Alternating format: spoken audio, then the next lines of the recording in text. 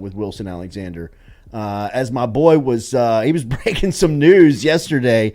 Every time I was refreshing social media, it was something from Wilson's interview with Brian Kelly. Then the Maravich Center stuff broke, and Wilson's on that. So look, man, you don't get this award-winning coverage for nothing, folks. Make sure and follow our boy at WHAlexander_ as Wilson doing work yesterday. Great work, man. Good to see you this morning. How are you? Doing well, guys. How are you? Good. Let that ink dry under your fingernails, Wilson. Yeah, I know right. It's been a while. Ton of Brian Kelly stuff to get to. Let's first start with the Maravich Center real quick because our listeners are real intrigued by that story. We talked a little bit about it in hour one. What do you anticipate there? Well, we'll see exactly where it gets where it goes. But this is something that LSU has been exploring and wants to kind of have a new arena. And they kind of see this as maybe something that could be like the Moody Center at Texas, which is sort of a mixed-use development, and has been able to bring in some big acts like Lauren Daigle and Green Day are on their 2024 calendar over there at UT.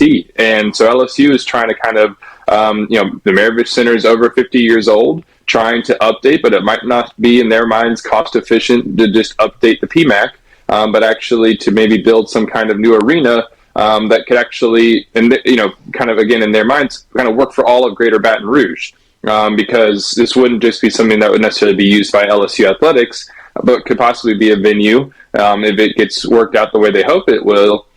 That could even host concerts and other events and different things like that. And, like we said, have restaurants and maybe a hotel kind of in that area and sort of be the anchor of something that is more than just an arena. Now, this is not anywhere close to being done. This is sort of in the exploratory phase. There's no renderings because there's no developer yet. The reason this is all happening now is because LSU needs to be able to start having those conversations with developers. And in order for developers to want to be able to bid on this, they need to be able to know exactly what's going on with the River Center and work closely with Baton Rouge and city leaders. And so we'll see, kind of where this ends up. There's no site picked or anything like that yet. This is just sort of trying to, clear the way for those things to start happening. Wilson, great work on that. And we'll continue to follow and keep up to speed on what the latest is there. I know a lot of people are pulling for that. And, little history on Baton Rouge. When I was a kid, long before you were thought of, the Maravich Center was, it played host to some of the biggest acts in the world at the time, not just in the country. They were hosting some of the biggest acts that you could find at that time. And really that was kind of the backbone of paying for the Maravich Center early on. So the Moody Center seems to be the model over in Austin. All right, Wilson, yesterday you spent time with Brian Kelly and a lot of information came out from there. Let's start with the Harold Perkins stuff. Where do you see Blake Baker and the defense and Perkins? What did you take away from Brian Kelly and what he had to say about Perkins on how they're going to use him going into spring? Well, they're going to try this inside linebacker thing again. After doing all of it devoting the entire offseason last year to that, and obviously got away from it after one game, going back to the idea of him playing inside linebacker. So it was never fully abandoned when LSU went away from it after that one game, but they quickly realized after how sort of disastrous everything was in the Florida State opener that couldn't be something they did throughout the season. But, it's kind of interesting. As Blake Baker comes over, LSU is going to have in this defense what's called a star. And it's sort of a cross between a nickel and a Sam linebacker like Harold Perkins played last year. But Brian Kelly said that's not what they want Harold to be. They don't want him to be the star in the defense because that position does a little bit of a few different things. It's almost it plays a little bit more like man coverage, like a corner or like a nickel corner would. And it does some of the things that Harold did in his position last year. You're going to see a defensive back play the star position. And so in order for Harold kind of thinking about his long-term future and also what he'll be in this defense, they see inside linebacker, as Brian Kelly said, as being that position. Brian Kelly continues to say that that's what he'll probably do at the next level. You can see why. He's 6'1", 220. He's not the size of an edge rusher. So he's not going to be really playing the jack or go back to kind of what he was doing as a freshman because that was also so loose. They want him to be more, have more responsibility, and do more than just sort of rush off the edge and be a spy. And so that was always the idea last year, and obviously it didn't work out, but their hope is that this year that it will. And maybe it will, one of the encouraging things is the presence of Blake Baker. With what he was able to do with Damone Clark in 2021 here, what he did with Tyron Hopper at Missouri the last 2 years, Hopper might be the best comp for what he can maybe do with Harold Perkins, because he was really good as an inside linebacker there at Missouri. Over the last 23 games, had like over 100 tackles. He wasn't as maybe disruptive as you would want Harold to be in terms of sack numbers over the last 2 years, but he was still a player that was really, really good. Second team All SEC, Buckus Award finalist this last year. And so maybe that's what maybe Blake can start to really bring that out of Harold, because he's done that with some other guys, and it might work out this time. But we'll have to see how it plays out. How about the new additions to the staff? What did you learn about that process from Kelly, about bringing in so many new faces? So Blake, he called his first choice at defensive coordinator, and you can see that the way that hiring process played out with how quickly after Brian Kelly fired Matt Housey and the defensive coaches, that makes quite a bit of sense. He was pretty enamored with what Blake did at Missouri over the last 2 years. And I asked him sort of like, how did you get back around to Blake Baker and Corey Raymond? Because those were guys who had been on staff here. And he said with Blake, the work that he did as a defensive coordinator, because when he was at LSU, he was only the linebackers coach, really impressed him. With Corey, it was interesting.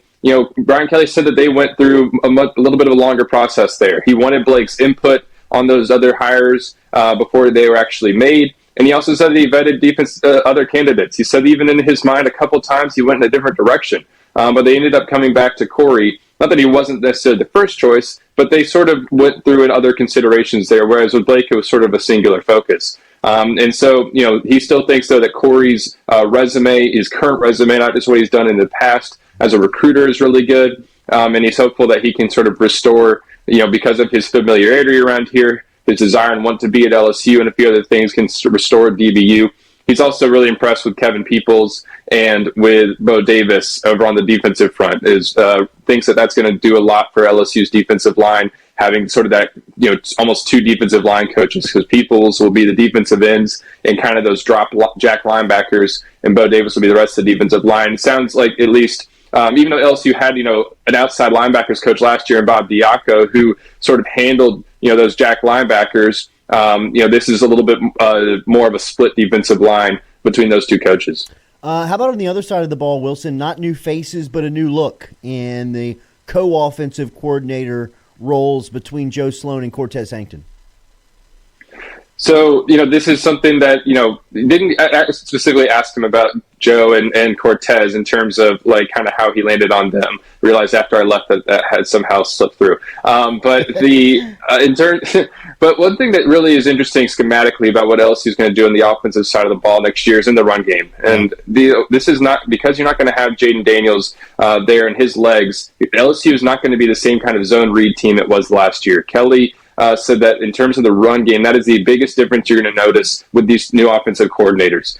In terms of like the passing game, he's like, you're going to be hard pressed to see any real differences, he thinks. But in the run game, it's going to look extremely different. There'll be times when LSU goes under center. There'll be times when LSU is running counter and pull and power and tosses and things like that. That a little bit more of a conventional and traditional run game that they just didn't need last year. They didn't use last year. But Jaden was so comfortable in, and what was so successful in, was the inside zones and the zone reads. And Brian Kelly was like, Garrett's not going to be our leading rusher, which is obvious. And so, without that, the run game is going to change significantly. You also got some updates on ZAlexander that a lot of people were following. What'd you learn from the Mississippi State transfer? So Zai is going to be, out for the spring. Kelly did confirm that he tore his ACL, as a lot of us had heard back in the Army game. And he underwent surgery a week later. So he's now 4 months out from surgery. I actually saw him yesterday leaving the building. He's not using a crutch anymore, which is great. And that's a really good sign, walking sort of normally. But of course, he's not able to practice yet. But they expect him to be full go for summer workouts. And barring any sort of setbacks, he's going to be able to participate at the start of preseason camp. That'll be 8 months post-op. But it's still, that's what they envision for him. And so that's a really good sign for LSU. I mean, somebody who started, 8 games last year at cornerback being available to start preseason camp is a good thing. Well, no matter how you slice it, we'll see exactly how that competition plays out, but he'll be a factor in it once he's healthy. Wilson, how about Brad Davis in his room, the offensive line? We were talking and speculating here on the show that Davis was not going to play kind with his room. He was not going to want to give these guys up. Kelly did confirm that they will have some guys cross-training. What'd you learn about it? So really, it's only one person who's moving over, who Brian Kelly named anyway. That's Kimo Makinioli. Kimo is a bit of, redshirt junior at this point. He's played in 9 games over 3 seasons as a backup. And sort of kind of someone who might make sense for that spot. I think he played both offense and defense in high school. He's 6'4", 310 pounds. And Brian Kelly thinks that that's somebody who is going to at least be able to give them some depth in the spring. So we'll see kind of post-spring what else he does at the defensive tackle position. It might not be necessary long-term to keep him there, but in the spring that he'll be their sort of 5th scholarship defensive tackle.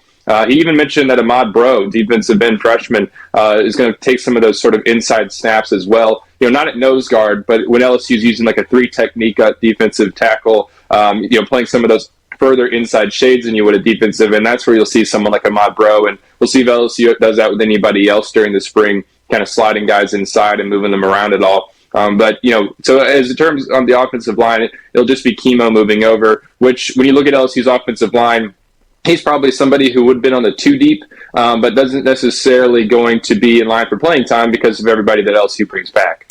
What'd you learn about the quarterback spot? Garrett Nussmeier is, QB1. There's really no question about that at this point. It's going to take A.J. Swan really forcing a competition, and that's going back on even what Brian Kelly said back at the bowl game, sort of comparing it to LSU's situation at quarterback last year when it was going to take Garrett really forcing a competition to unseat Jaden. Going into this spring, they want to see a couple things out of Garrett. One is just consistency in practice every single day. Kelly said that when he was the number 2, and that you kind of find this with the backup quarterback, there were days where he just wasn't kind of matching that same, bringing that level that they wanted in terms of consistency and attention to detail. And then consistency kind of is twofold in this as well. They want to see just a little bit more of a consistent passer. Garrett's got 7 interceptions in his career. He's got less than a 60% career completion percentage.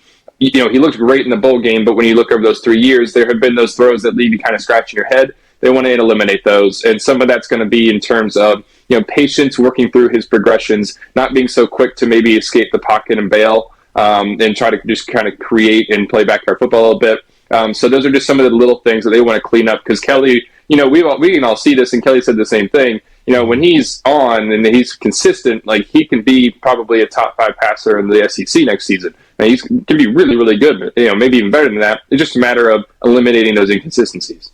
You mentioned one early enrollee out of Ruston in Ahmad Bro. Any of these other guys come up when talking to Kelly, or maybe the benefit of having them on campus? No, it didn't come up, but I'm sure we'll kind of learn more about that, during the spring here. LSU's got, I guess, 15 or 16 early enrollees. Yeah. The only other one who came up was Demarion Johnson, just because we were talking about defensive tackle a little bit. He's on campus, and so that'll be a good chance for him to get some snaps. But there's so many early enrollees who I think are worth keeping an eye on this year. Gabe Relaford is going to be fascinating to watch. I think he could be somebody who is, I think, been, from what I've heard, done pretty well here in winter workouts. Reached 20.77 miles per hour on the GPS. And PJ Woodland's going to be another interesting one as well over there at cornerback. Heard some good positive reviews on him early on. And, with LSU in a wide open cornerback competition, maybe PJ as a freshman can start to make some noise. If you heard news on Monday, Wilson Alexander broke it. You need to be spending and following him on social media at WH Alexander.